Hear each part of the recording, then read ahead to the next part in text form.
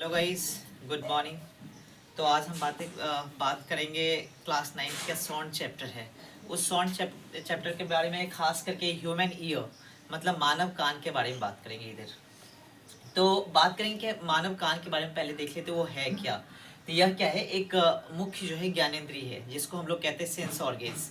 अब sense organ क्या है, जिससे हम समझते हैं, कुछ सुनते हैं, जानते हैं, विचार करते हैं, यह सेंस ऑर्गन होती है। तो यही मानव का जो कान है, ह्यूमन का जो ईयर है, वो क्या है, तो ज्ञानेंद्रिय है। उसके बाद जो अत्यंत क्या होता है, एक संवेदी युक्ति है, मतलब सेंसिटिव है। जैसे हम कुछ बोल रहे हैं तो आप सुनेंगे, आप जानेंगे, समझेंगे।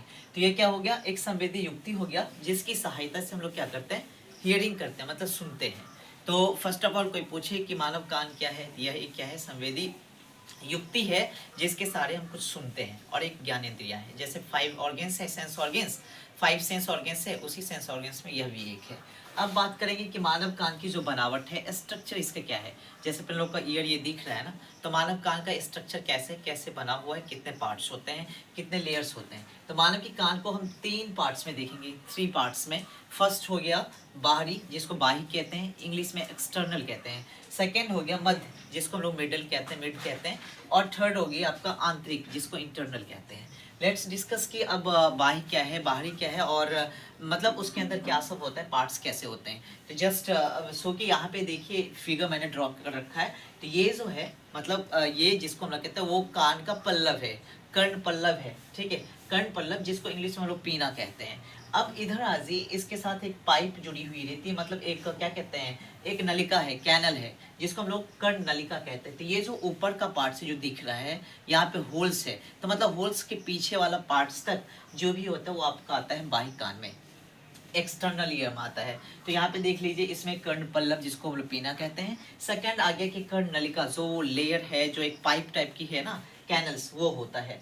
अब इनका काम क्या है, यह क्या क्या, वैसे भी यह लेयर्स जो है आपको बाहर से भी दिखेगा, इसलिए मैंने दिया है कि इसमें कर्ण पल्लव एवं कर्ण नलिका होता है। उसके बाद इसका नली जो होता है वो बाहर से ही दिखाई पड़ती है। इसी भाग से ध्वनि क्या है, मतलब हम जो बोलते हैं तो यहाँ पे आके कलेक्ट होता है, मतलब एकत्रित होता है, मतलब ध्वनि का जो ये वेव है, मतलब ये साउंड वेव एकत्रित होता है, फिर उसके बाद तथा आगे मध्य कान में प्रवेश करती है। तो इसका काम क्या हो गया कि बाहर की जो ध्वनि है, वेव है, मतलब साउंड है, साउंड के वेव को कलेक्ट करना। अब नेक्स्ट आ जाइए अपने लोग मध्य कान में, मिडल ईयर में। यहाँ पे भी फिगर देख लीजिए आप। जैसे यहाँ पे होल्स हो गया, ड्रम की तरह है, होल्स क्या है, ड्रम की तरह है। फिर उसके बाद ये उसका पार्ट्स है, मतलब ये जो बोन्स है, बोन्स, ये बोन्स के बारे में बताया गया है।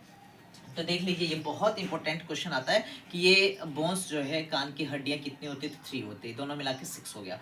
उसके बाद ये है किस पार्ट्स में आता है, तो मिडल ईयर में आता है। वो हड्डियां का नाम यहाँ पे देख लीजिए, हैमर है, एनविल है, और स्टीरअप है।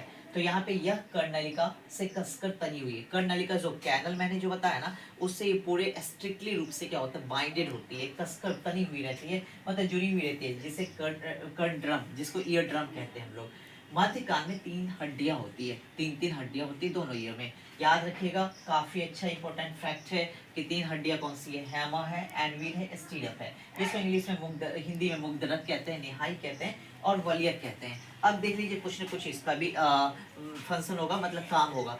काम क्या है, तो फर्स्ट ले ध्वनि को सुना कौन, एकत्रित कौन किया, तो एक्सटर्नल ईयर। अब एकत्रित करके जो भी उसमें आएगा उसको बढ़ाने का काम, आगे जो बढ़ाने का काम करेगी वो करेगी मध्य कान।